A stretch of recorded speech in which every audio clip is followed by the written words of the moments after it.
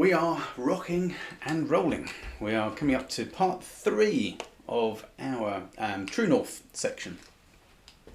So part 3 is values-driven team management. Okay, a bit of a mouthful, but it does do exactly what it says on the tin. Now, your people in your business, you may have 1 or 2, you might have 22.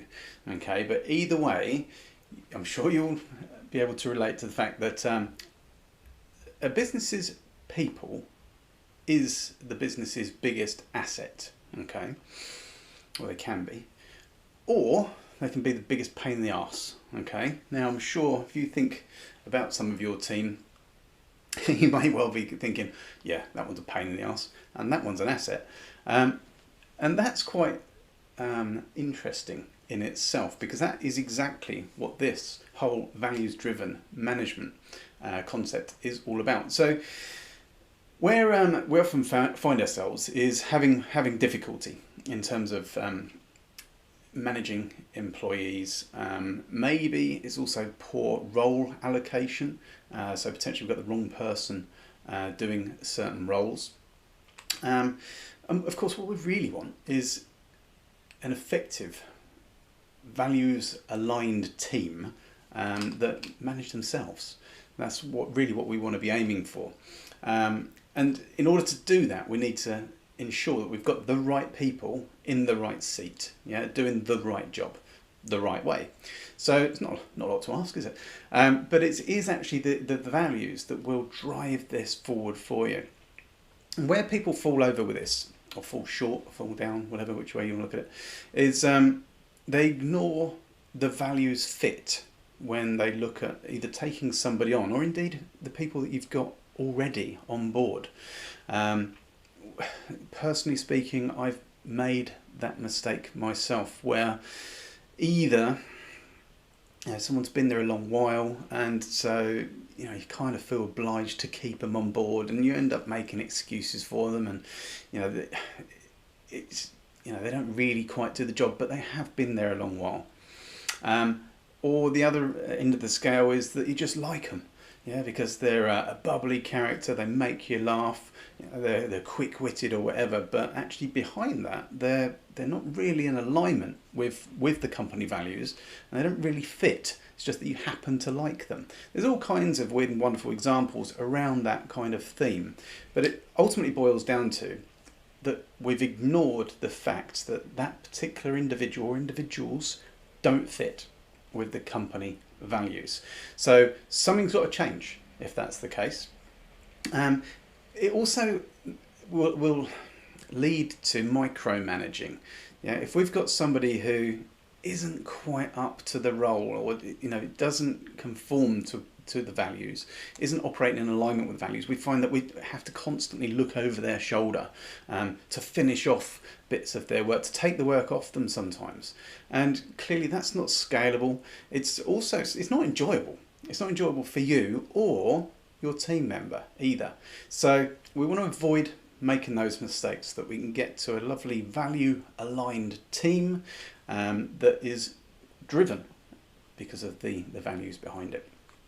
So what we're going to focus on here is having the right person in the right seat for the right reasons. Okay, so if you think about it from that point of view, because that does take into account all the values aspects. So yeah, the right person in the right seat for the right reasons. Now this as a completely crazy example, you wouldn't want the cabin crew flying an aeroplane. Okay, so they might be value aligned, they might be very much of the right mindset, but they fall short on the skills side of things. Go to the other extreme, you wouldn't want a terrorist flying the airplane either, for all the right reasons. Clearly they're not going to have their values aligned either. You're not going to get to your destination. So as light-hearted as that is, it's so important that we do have the right people in the right place for the right reasons. So there's a nice little acronym which will help to deploy this concept, which is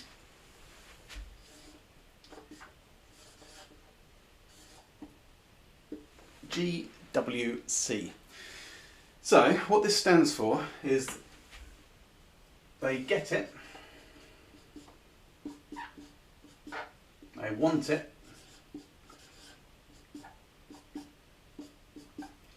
and they have the capacity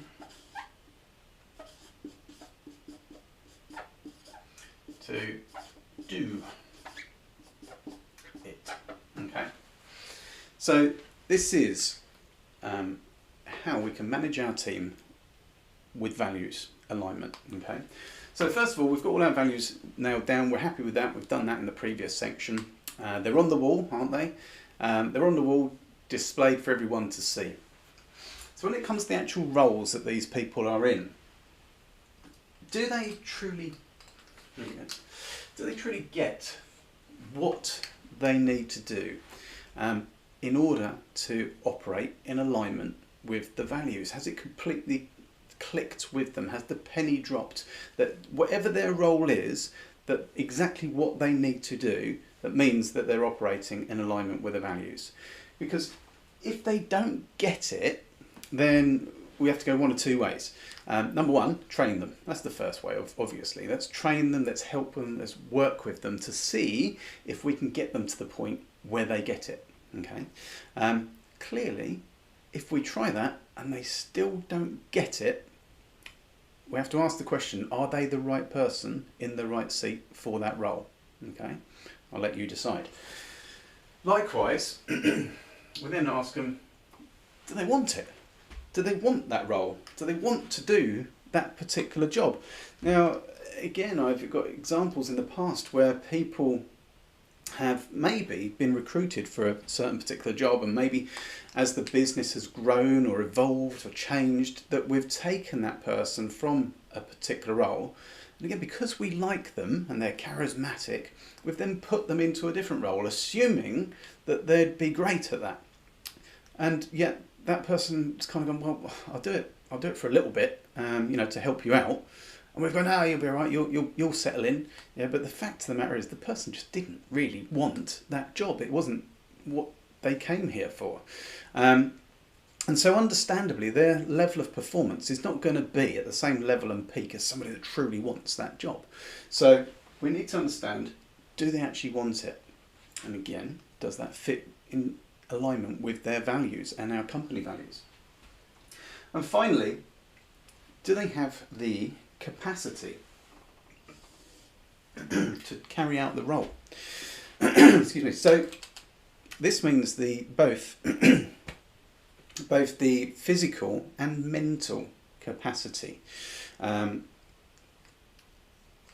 So yeah, if somebody's got to lift a heat pump in place, for example, but they can't physically do that, then do they have the physical capacity? In other words, are we going to send them out as a one-man team to go and fit a heat pump? No, clearly we're not, because we're going to identify they haven't got the physical capacity to do that. And so we'll make adjustments to allow for that. The mental capacity. Now that doesn't necessarily mean how bright they are, although it could. It might just simply be how much they've got on, what their workload is. Do they have the capacity in their workload to also do that to such a degree that it's going to be in alignment with the values? Okay, so this is a real important way to manage your team through value alignment. Not only is it important, it's effective. That's the word I was looking for. So what we end up with is a Venn diagram. It's not turned out too bad, I'm trying to be good. So we will have people that get it. We have people that want it. And people that have the capacity to do it. Okay. Now, if somebody wants to do the job, has the capacity to do the job, but doesn't actually get it, yeah, well, they don't fit. Yeah, if we have somebody that gets it and they've got the capacity to do it, but they don't want to do it, they don't fit. And likewise, you probably guessed it, if we've got somebody that gets it, wants it, but hasn't got the capacity to do it, well, they don't fit either. Okay? So we only want the scenarios where somebody gets it, wants it, and has the capacity to do it, where they have all three. So there's two stages to this, in truth. So before we do that, we need to look and ensure that they do fit from a values point of view. As I say, one of the common mistakes is to ignore that values fit. But assuming they do fit, we then go through this process of do they get it, want it, and have the capacity to do it. Once you've got a team full of these that are totally in alignment with your values, your stress disappears.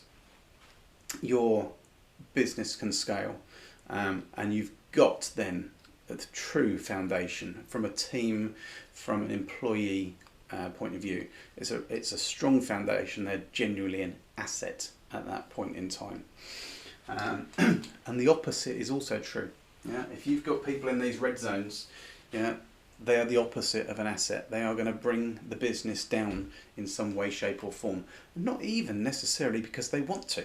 Yeah, it's not necessarily their fault. Whose fault is it? Well, it's yours.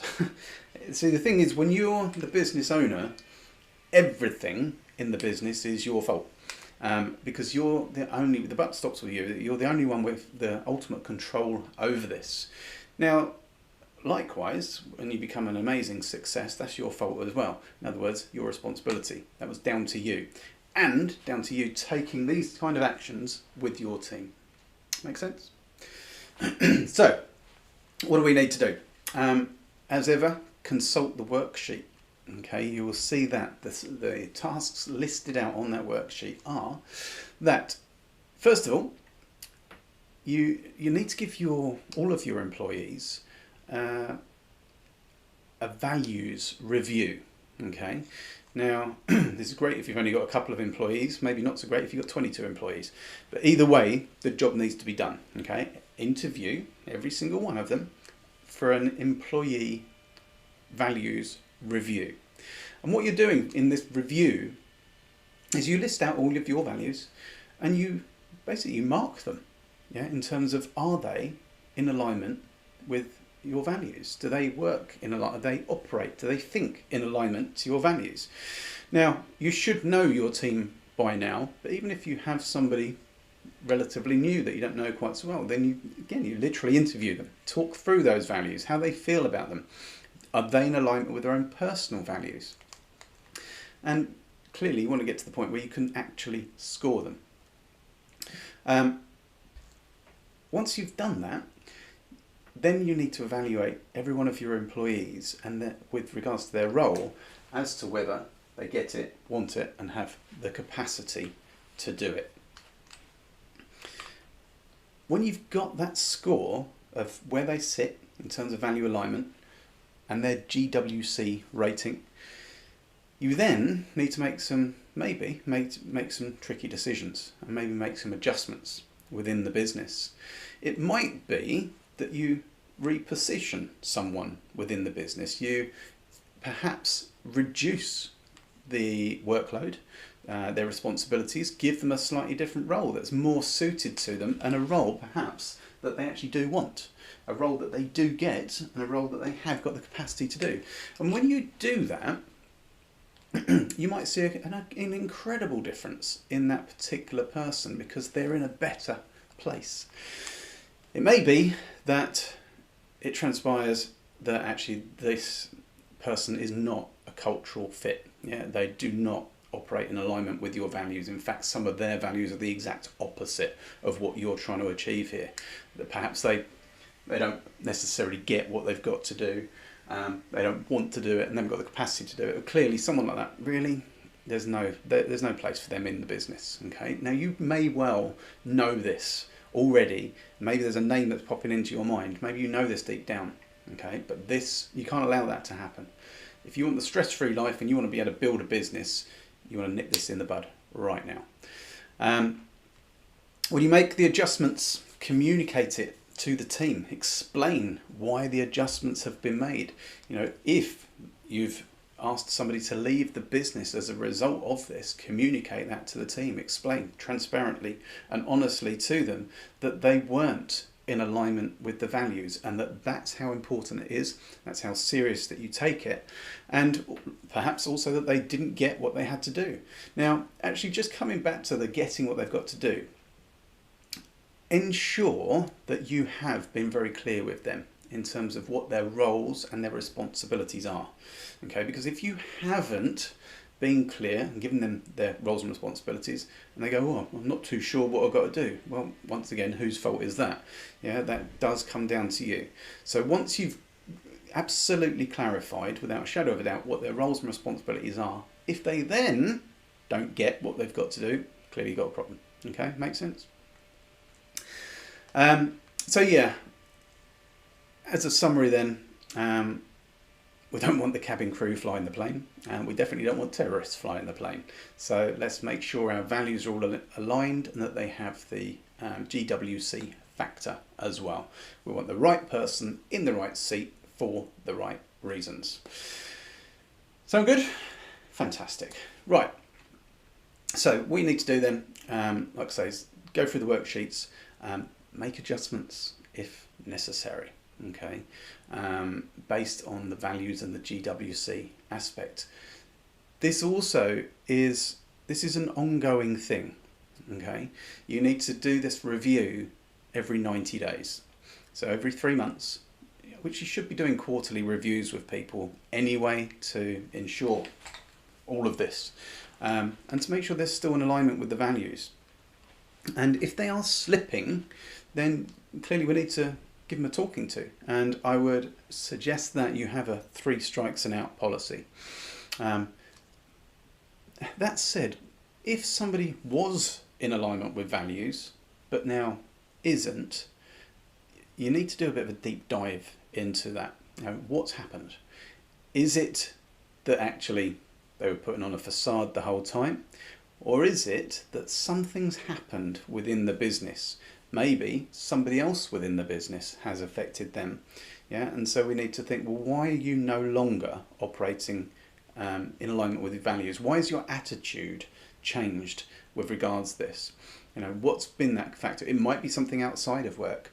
And so it is your responsibility as the employer, and have a duty of care, of course, to understand what the situation is with these people, with a view to getting it better.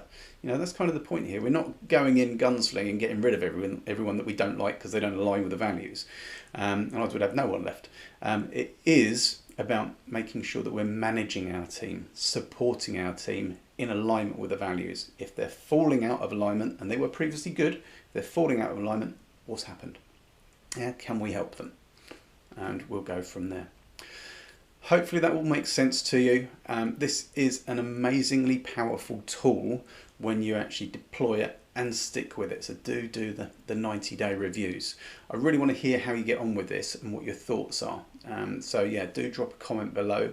I would hope that it's a bit of a light bulb moment. If it's not, and if you don't get some of this, let me know. Yeah, I want to be able to answer those questions for you, because this is so important and such a game changer in your business.